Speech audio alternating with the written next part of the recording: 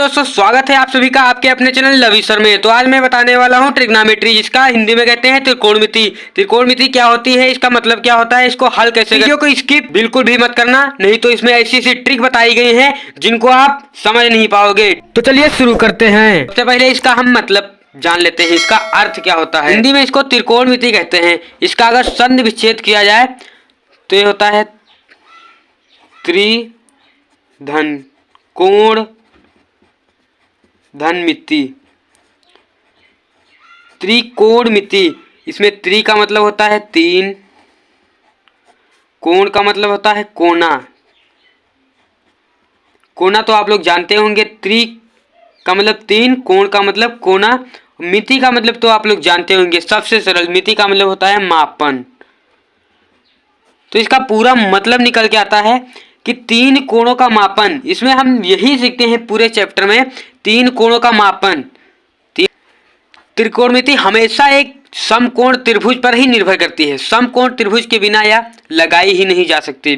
समकोण त्रिभुज कैसा होता है अभी आप लोग देखो, आप लोग जानते भी होंगे समकोण त्रिभुज कैसा होता है, जिसमें कम से कम एक कोण 90 डिग्री का तो होना ही चाहिए। तो ये हमने 90 डिग्री का कोण कर लिया।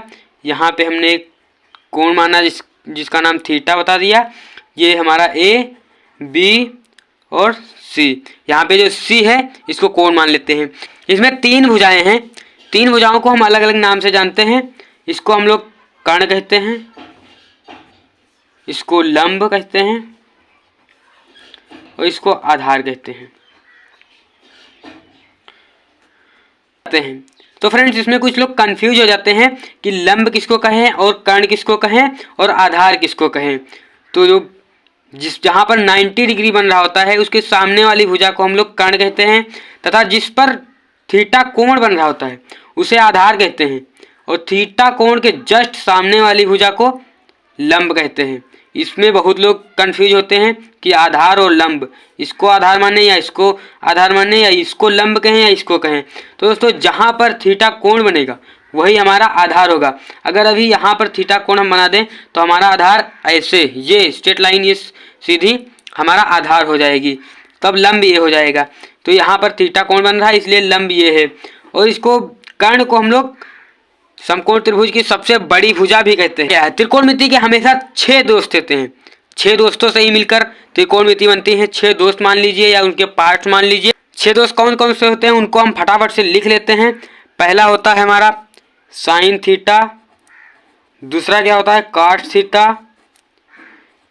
कॉस थीटा, और तीसरा होता है टेन थीटा। उसके बाद चौथा कॉट थीटा, उसके बाद पांचवा सेक थीटा, उसके बाद छठा जो आखिरी दोस्त है हमारा कॉसेक थीटा। इन सबके मान इसमें से निकाले जाते हैं। तो दोस्तों इसके मान निकालने के लिए मैं आपको एक ट्रिक बताऊंगा जिससे आसानी से आप सभी के मान एक एक करके निकाल सकते हो। तो ट्रिक क्या है, यहाँ पे आपको लाल बट्टे कक्का लिखना है। पहले लाल बट्टे कक्का लिख लेना है अच्छे से, और इसी से आपको इस जो 6 दोस्त हैं त्रिकोणमिति के, इनके सारे मान आपको अभी निकाल। अगर इसको याद करने की कोशिश करेंगे तो आप कंफ्यूज हो जाएंगे, कभी याद नहीं कर पाएंगे। इसलिए इसको ट्रिक बाय ट्रिक एक एक करके आप लोग याद करिए। तो पहले यहाँ पे साइन लिख देते हैं यस, और इसके बाद कॉस का सी लिख देते हैं, उसके बाद टेन लिख देते हैं। तो पहले के लिए यल का मतलब क्या होगा, लंब, लंब लिख देंगे साइन में। साइन का पहला मान निकल रहा है लंब, फिर उसके नीचे कर्ण है तो इसको बटे में कर्ण लिख देते हैं। देखिए दोस्तों कितनी आसानी से साइन का मान हमने निकाल लिया। साइन थीटा का मान इसमें से लंब बटे कर्ण निकाल लिया। इसी से हम सारे जो 6 अनुपात हैं ये हमारे दोस्त, इनके सारे के मान इसमें से निकाल सकते हैं। तो इसके बाद कॉस की बारी आती है। कॉस को हम लोग आधार बटे कर्ण कहते हैं,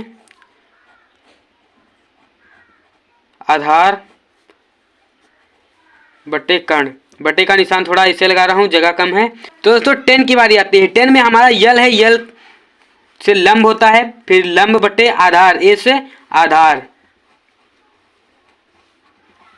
आधार लिख देते हैं। तो दोस्तों उसके बाद बारी आती है कॉट थीटा की। तो ये तो 3 थे, 3 पूरे हो गए। अब कॉट थीटा का मान कैसे निकालेंगे, घबराने की कोई बात नहीं है दोस्तों। अब इसको कॉट थीटा जो होता है इधर से चलते हैं, इधर से चलेंगे इधर की ओर और इसको उल्टा करते चलेंगे। तो इसको सी लिख देते हैं, कॉट का मान होता है ये सी, ये यहाँ पे कॉस के लिए सी लिखे थे, अब यहाँ कॉट होता है। इधर से उल्टा करेंगे तो कॉट थीटा का मान क्या हो जाएगा, ए का मतलब आधार, यल का मतलब लंब, तो आधार बट्टे लंब, आधार बट्टे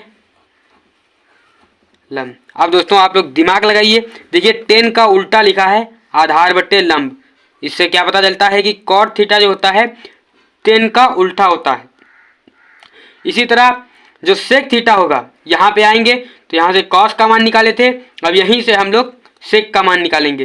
तो सेक का मान हम लोग इधर से निकालेंगे, इसलिए कर्ण बट्टे आधार, तो ये हो जाएगा कर्ण बट्टे आधार। अब ये देखिए कॉस का उल्टा है, कॉस का मान है आधार बट्टे कर्ण, इसलिए इसका उल्टा हो गया तो सेक का मान हो गया कर्ण बट्टे आधार। इसी प्रकार अब कोसेक का निकाल लेते हैं। कोसेक का क्या होगा दोस्तों मान, इधर से निकालेंगे कर्ण बट्टे लंब, के से कर्ण बटे में लंब। देखिए दोस्तों कितनी आसानी से सारे मान निकल गए हैं। तो दोस्तों ये हो गए सारे मान, ये हमारे सारे मान निकल चुके हैं ये ट्रिक लगाकर। तो दोस्तों आपको सिर्फ यही ट्रिक याद रखनी है, इतना आपको याद करने की जरूरत नहीं है, यही ट्रिक याद रखनी है। इसी ट्रिक से आपको ये सारे मान निकाल लेना है, जैसे मैंने कि अभी बताया है, सेम वैसे ही आपको अपनाना है। अगर इनको रटने की कोशिश करेंगे या इनको याद करेंगे तो दोस्तों आप कंफ्यूज हो सकते हैं और कहीं भी आप जाएंगे तो भूल जाएंगे इसको, इसलिए इसको ट्रिक बाय ट्रिक याद रखना है, इसको रटने की कोशिश नहीं करना है। अगर वीडियो अच्छी लगी तो वीडियो को लाइक तथा चैनल को सब्सक्राइब करना ना भूलें। मिलते हैं नेक्स्ट वीडियो में, तब तक के लिए जय हिंद दोस्तों।